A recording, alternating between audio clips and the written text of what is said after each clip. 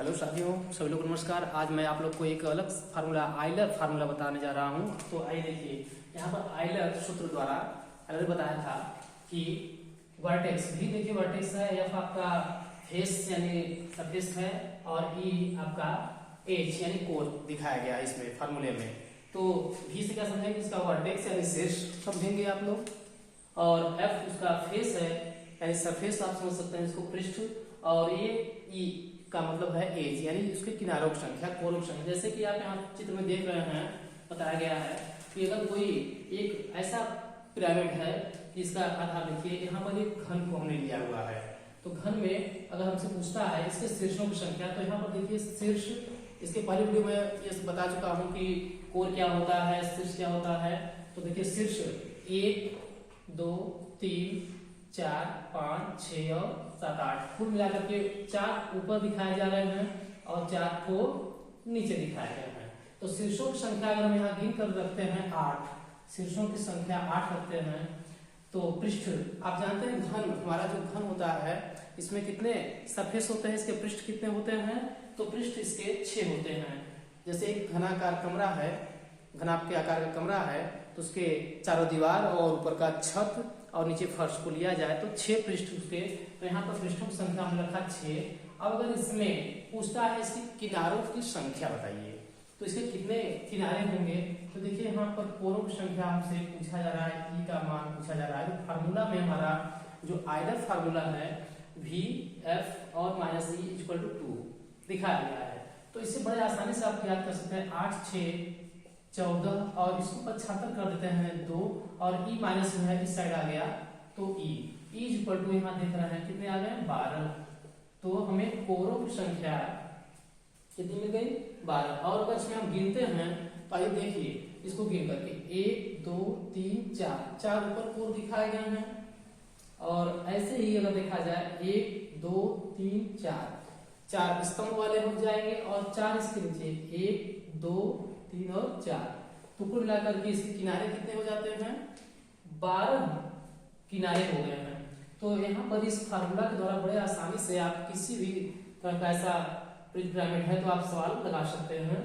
यानी क्या आ रहा है यहाँ ई बराबर 12 मिल गया। तो इसी प्रकार के और भी सवाल मैं आप लोग को बता रहा हूँ, समझा रहा हूँ। बड़े ही सरलता पूर्वक आप इस फार्मूले आइलर फार्मूले से इसका पृष्ठों की संख्या, शीर्षों की संख्या या कोरों की संख्या को निकाल सकते हैं। तो आइए देखते हैं।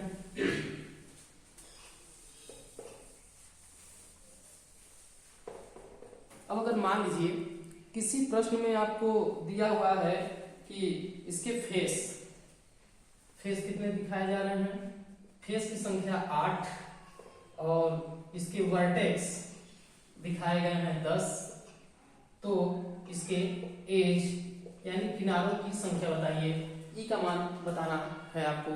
तो कोई ऐसा पिरामिड है जिसमें इसके फेस कितने हैं 8 और इसके वर्टेक्स भी का मान 10, तो ई का मान बताना है। तो आइए इसी फार्मूले द्वारा आसानी से कर सकते हैं। तो v के स्थान पर देखिए साथियों 10 दिया गया है, f के स्थान पर 8 दिया गया है और माइनस ई इक्वल टू 2। इस फार्मूले को यूज करते हैं तो हमें ई का मान बताना है, यानी कोरों की संख्या बतानी है। प्रश्न में सीधे सीधे बता रखा है कि f का मान 8 है, उसके फेस कितने हैं 8, वर्टेक्स हमारे 10 और ई का मान पूछा जा रहा है। तो 10 और 8 18 और माइनस 2 और बराबरी, तो 10 18 माइनस 2 कर दिया गया इधर ला करके 18, यानी कितने आ गए, तो ई बराबर 16 प्राप्त होते हैं।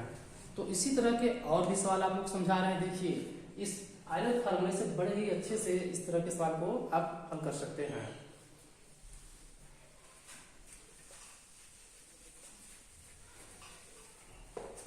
और अगला प्रश्न है, अगर मान लीजिए प्रश्न में आपको दे रखा हो ये फेस को कितना दिखाया गया है 6, इसका इस बार ई का मान दिया हुआ है 12, तो इसके वर्टेक्स यानी शीर्ष को पूछा जा रहा है। तो आसानी से आप इसको समझा सकते हैं। देखिए v का मान पूछा जा रहा है, तो इसको ऐसे रख दिया जाए पृष्ठ यानी आपका एफ का मान दिया हुआ है 6 माइनस 4, कोरों की संख्या दिया है 12 और 2। तो इस तरह से देखा जाए तो v प्लस, अब इसमें से आप इसको उस साइड ले जा सकते हैं या ऐसे माइनस कर लेते हैं, तो यहाँ पर आ जाएगा -6 और बराबर 2। 6 में से 12 घटा दिए तो -6, तो v बराबर इस माइनस को उस साइड ले जाते हैं तो प्लस हो जाएगा, और +2 पहले से ही है तो v = 8। यानी यहाँ पर देखा जाए तो इसके शीर्षों की संख्या कितना आया आंसर 8। तो उम्मीद करते हैं कि आप लोग को समझ में आ रहा होगा ये फार्मूला। और इस तरह के अब मैं एक फिगर बना के भी समझा दे रहा हूं। जैसे मान लीजिए कि आपको यहाँ पर देखिए इस प्रकार से त्रिभुजाकार दिया गया है,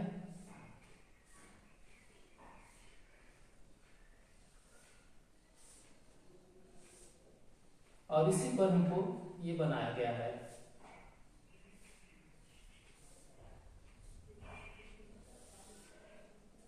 अब यहां पर देखा जाए 1 2 3, 1 2 3 हमारे 3 और 3 6। तो अगर शीर्षों की संख्या, इसके लिए क्या बताया गया, ये शीर्षों की संख्या है, तो शीर्षों की संख्या यानी आपके वर्टेक्स कितने हो जाते हैं 6। और त्रिभुज है तो एक पृष्ठ आपका यहाँ पर आ जाएगा, ये वाला हिस्सा, एक पृष्ठ यहाँ पर आ जाएगा, और इस तीनों पर 3 और आ जाते हैं, यानी 1 2 3 4 और 5। तो v का मान अगर देखा जाए 6 दिया है और f का मान दिया है 5। तो इसमें कितने कोर होंगे, यानी आपसे पूछा जा रहा है e का मान बताइए। तो e का मान कैसे बताएंगे, अब देखा जाए तो यहाँ पर देखिए किनारे पूछा गया, किनारे आप द्वारा समझ सकते हैं 1 2 ऐसे पर और ऐसे पर 3 और यहाँ पर 1 2 3, यहाँ पर 1 2 3। अब अगर हम सवाल को हल करते हैं तो हमसे पूछा जा रहा है e का मान, तो v का मान दिया हुआ है 6 प्लस f का मान दिया हुआ है 5 माइनस e बराबर 2।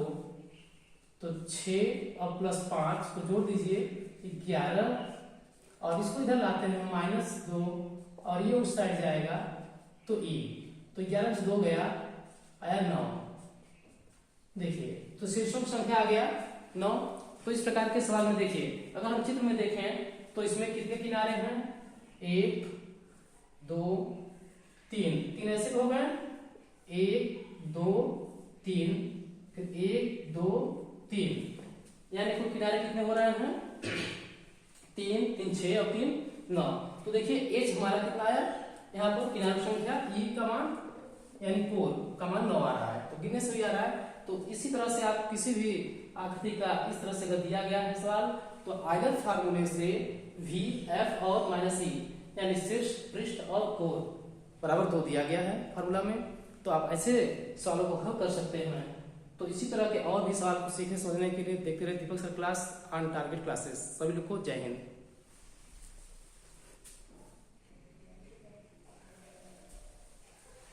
और साथियों अगर आप लोग को वीडियो पसंद आ रहा हो और भी देखना चाहते हैं तो शेयर करते रहिए और लाइक करते रहिए। ठीक है, सभी लोग को धन्यवाद। चैनल को लाइक सब्सक्राइब करते रहें ताकि मेरा भी मनोबल और बढ़ता रहे और आप लोग के लिए और भी वीडियो बना करके लाते रहें।